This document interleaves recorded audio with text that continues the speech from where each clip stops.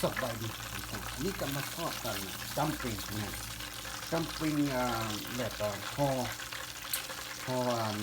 เห็ดกับห่อชิ้นหมูใส่กันแล้วก็มาทอดเป็นแป้งแล้วก็แผ่นแป้งมาห่อแล้วก็ทอดเป็นน้ำสักเป็นขนาดใหญ่เลยเป็นแบบแซ่บบอ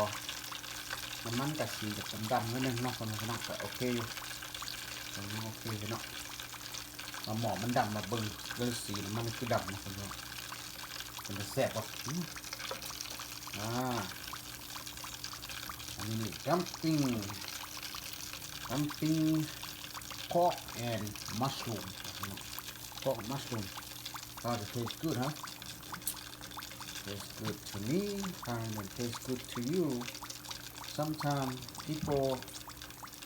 don't like the same sometimes I say good sometimes you say not good but I think I say good that mean you good too taste good it tastes good and you taste good too it tastes yummy look at that all that done look at that wow look at this look at that it looks good huh เป็นตัวแซ่บนะครับนี่ห่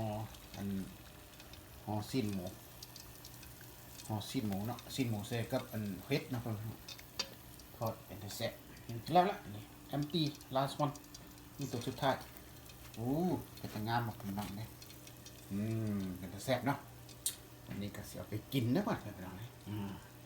กินแซ่บๆผมกินแซ่บนะขนาดเบิ่งใหม่